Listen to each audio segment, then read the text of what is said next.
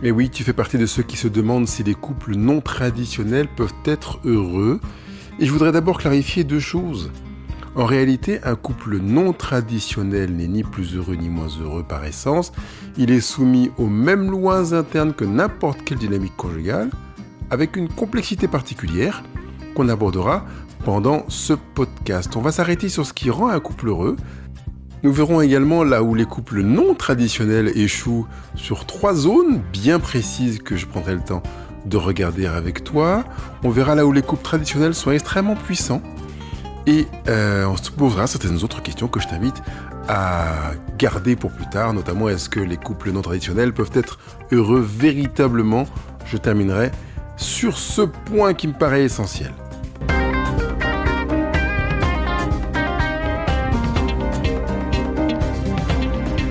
D'abord, contrairement à ce que beaucoup imaginent, ce n'est pas la forme qui détermine la qualité du lien dans une relation conjugale.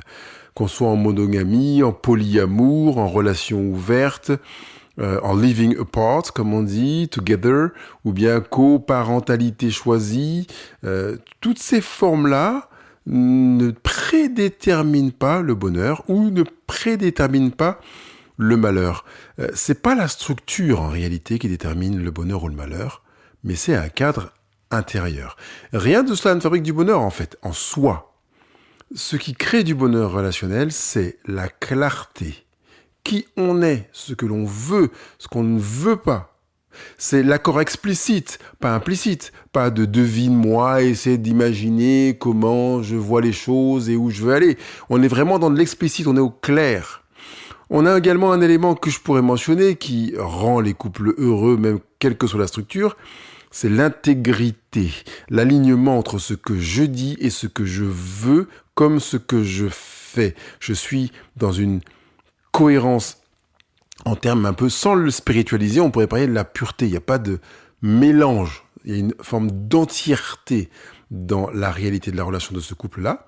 Un autre élément, c'est la sécurité émotionnelle. Il n'y a pas de jeu, pas de manipulation, pas de non-dit. On est là, on est vrai, on est dans la relation. On est véritablement engagé, participant à faire en sorte qu'on peut s'apaiser tous les deux, qu'on peut se poser en pleine sérénité. Et puis également la responsabilité personnelle. On ne subit pas la relation, on la choisit. Un couple non traditionnel peut être heureux s'il est mature, là où un couple classique peut être malheureux s'il fonctionne en automatisme. En réalité, ce qui fait le bonheur d'un couple, ce n'est pas qu'il soit traditionnel ou pas, monogame, polyamour, homosexuel et tout ce qu'on veut. C'est sa maturité émotionnelle. Je voudrais vraiment que tu enregistres cette idée. Ce qui fait le bonheur conjugal, c'est la maturité émotionnelle, que l'on soit dans un couple classique ou dans un couple non traditionnel.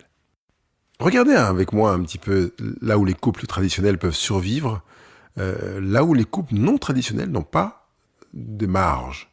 Dans un couple classique, l'implicite peut parfois être étouffant, mais il ne détruit pas forcément la relation conjugale. C'est-à-dire qu'on part du principe qu'il y a des évidences, et ces évidences peuvent ne pas poser autant de problèmes qu'on pourrait le rencontrer dans un couple non traditionnel, parce qu'on est dans une majorité, dans un flot, dans une vague énormissime de couples traditionnels. Par conséquent, on ne questionne pas certains points sur la place de l'un, sur le rôle de l'autre, etc. On a plus tendance à penser que c'est de l'évidence, c'est comme ça, c'est implicite. Dans un couple non traditionnel, l'implicite explose tout. Parce qu'en réalité, il n'y a pas de majorité de courants à suivre dans lesquels on pourrait dire c'est l'évidence. Donc on a une invitation quelque part à créer quelque chose qui corresponde à notre couple, que l'on soit en monogamie, en polyamour, en homosexualité ou en pluriconjugalité, parce qu'en réalité, il n'y a pas de normes, il n'y a pas de poids historique suffisant et suffisamment connu.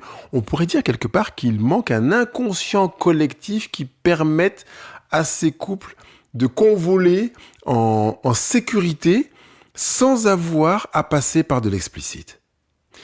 Exemple, dans une relation ouverte mal cadrée, un simple oubli de communication devient une blessure, peut devenir une blessure réelle. Est-ce que je parle, par exemple, dans un couple en union libre, ouvert, des relations que j'ai avec un partenaire extérieur? Si ce n'a pas été explicité, ça peut faire exploser le couple. Alors que dans un couple traditionnel, classique, on a plutôt tendance à être d'emblée d'accord. Je dis bien d'emblée d'accord parce que les statistiques donnent 56% pour les hommes et presque autant pour les femmes de relations extra-conjugales, mais on est à peu près d'accord sur le fait qu'un couple classique a une relation exclusive. Ça veut dire qu'on a un partenaire, point barre. On vient pas, tiens, finalement, aujourd'hui, j'ai essayé une relation avec un de mes collègues en tant que mec, c'est pas de l'homosexualité, mais on a testé des trucs un peu pour voir ce que ça donnait, et puis c'était bien sympa. Non! On a dans l'inconscient collectif une forme de barrière qui fait qu'on est dans de l'implicite qui pourrait ne pas avoir ce même poids dans les couples non traditionnels parce qu'on est à inventer. Je veux vraiment qu'on entende cette dynamique-là. Si l'un ou l'autre d'entre vous qui m'écoutez avait envie de passer dans un couple non traditionnel, de se dire en fait on a à inventer quelque chose. On a à créer quelque chose parce que ça n'existe pas.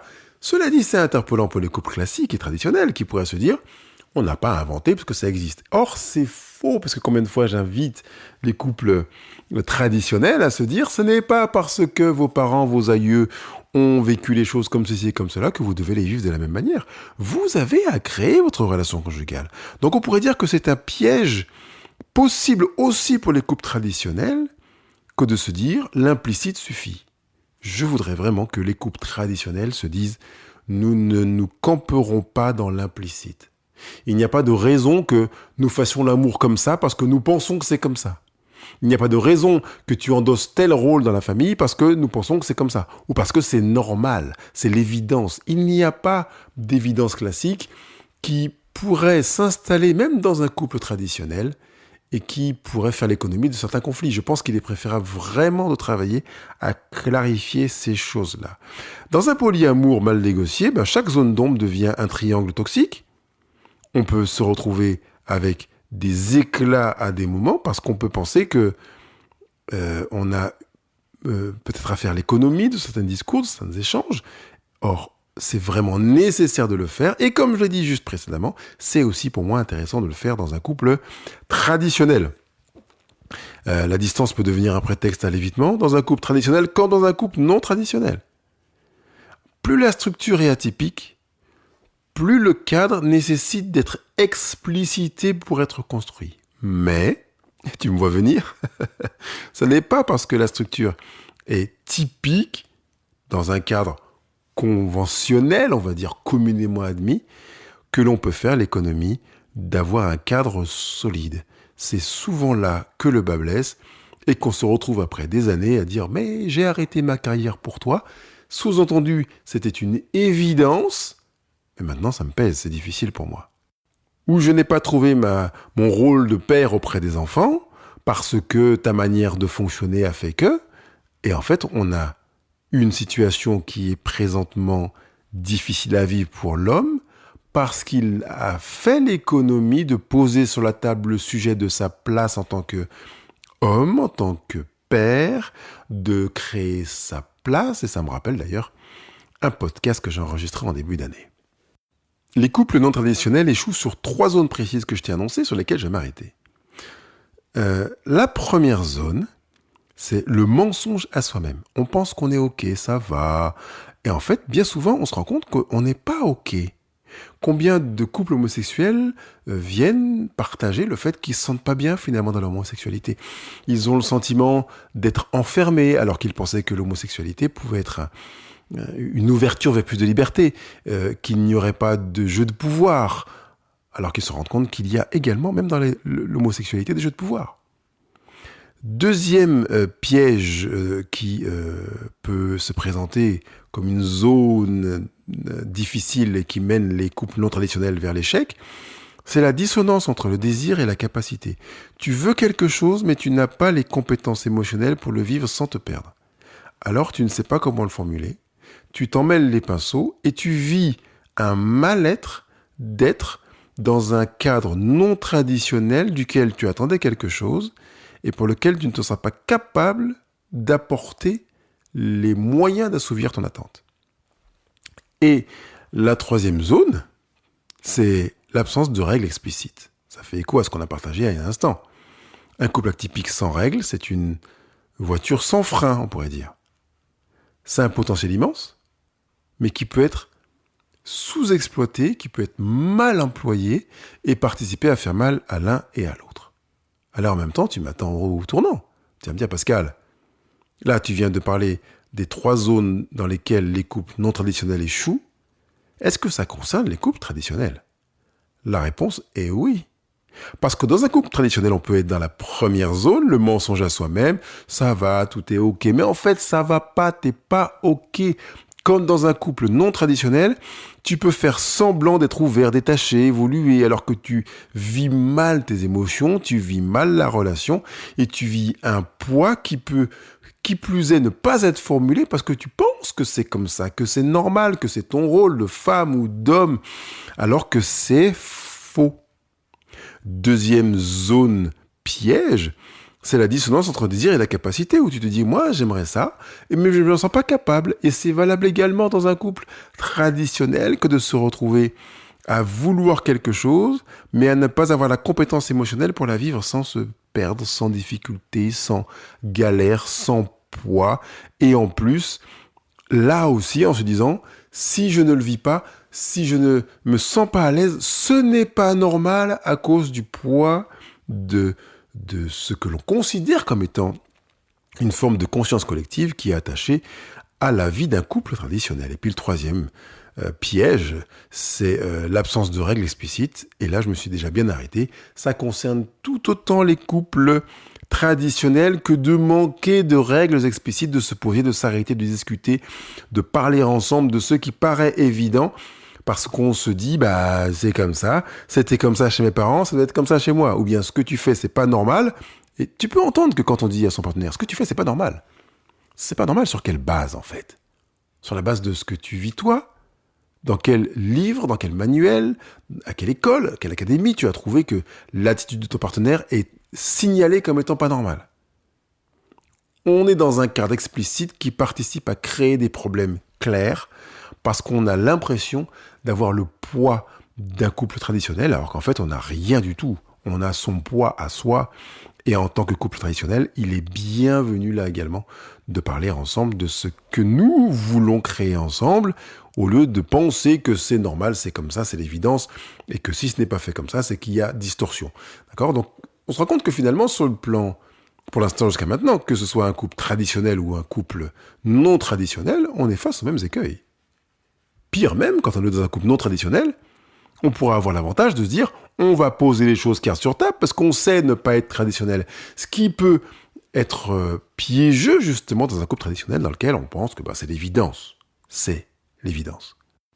Par contre, là où les couples non traditionnels sont extraordinairement forts, c'est quand ils fonctionnent. Eh bien, ils fonctionnent bien. Et pourquoi fonctionnent-ils bien ? Parce qu'ils ne peuvent pas s'appuyer sur les normes. Quand ils ont monté à la conscience l'importance de se créer et de faire en sorte que leur quotidien nécessite une implication, une invention, de l'ingéniosité, de la créativité pour être vécu dans l'équilibre, eh bien forcément, ils deviennent forts. Ils doivent s'appuyer sur l'intention, ils savent ce qu'ils veulent, ils s'appuient sur la communication réelle, ils sont également en mesure de mettre des accords explicites. On ne va pas partir du principe que c'est l'évidence, puisque c'est une tendance qui peut être moindre chez les couples non traditionnels, on l'a déjà dit.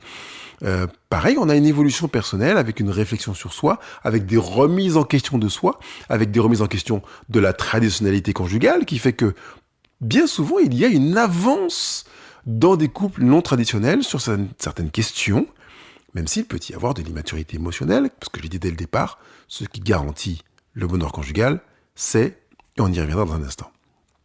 Donc, quelque part, ils se sentent un petit peu comme sous pression, obligés de devenir conscients.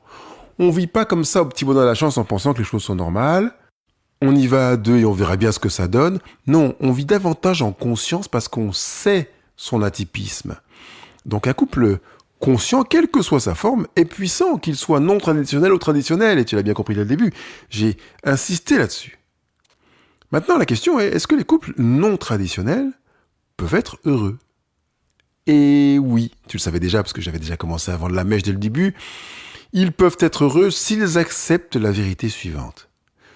plus le modèle est atypique, plus le niveau de conscience, de maturité et de responsabilité doit être élevé. Parce qu'un couple non traditionnel n'est jamais malheureux à cause de son modèle. Il est malheureux parce qu'il applique un modèle qui est soit exigeant, soit qui appartient au couple traditionnel, avec une immaturité classique que l'on trouve dans beaucoup de couples classiques, traditionnels. C'est comme vouloir piloter un avion sans savoir lire les instructions. En même temps, j'ai dit que plus le modèle est atypique, plus le niveau de conscience, de maturité et de responsabilité doit être élevé. Or, dans un couple classique, traditionnel, quel couple est typique, normal, ressemble à tous les autres? Je voudrais pas que tu te fies à ce que tu vois chez ton copain, chez ton voisin, chez ton collègue ou chez tes parents, parce que tu ne sais pas véritablement ce qui se passe. Le couple a parfois l'air atypique, mais quand je reçois des couples, moi, je me rends compte que son atypisme, que son apparence typique n'est pas si typique que ça, en fait. Je ne reçois que des couples atypiques. Pas des couples non traditionnels, mais des couples quelque part qui ont des spécificités qui ne se retrouvent pas ailleurs, même s'ils font l'effort d'essayer de rentrer dans une sorte de cadre desquels je leur demande de se libérer. Finalement, je pourrais dire que j'aimerais que tous les couples soient des couples non traditionnels, que l'on se considère comme étant des couples atypiques. Nous avons une singularité, une spécificité qui fait de nous un couple atypique parce que nous sommes toi et moi. Et personne d'autre sur la planète, même s'il se rapproche, ne peut être toi et moi. Par conséquent, aucun autre couple ne peut être le nôtre. Identique au nôtre, avec les mêmes défis, les mêmes passions, les mêmes projets, les mêmes aspirations, les mêmes difficultés, la même maturité ou immaturité émotionnelle, les mêmes difficultés, les mêmes enfants, les mêmes projets de vie. Ce n'est pas possible. Nous sommes donc tous des couples atypiques, des couples non traditionnels, et je crois que véritablement, quand on s'est campé dans le couple traditionnel, on est passé sans doute à côté de l'opportunité de se dire « Ah non, nous sommes un couple atypique ».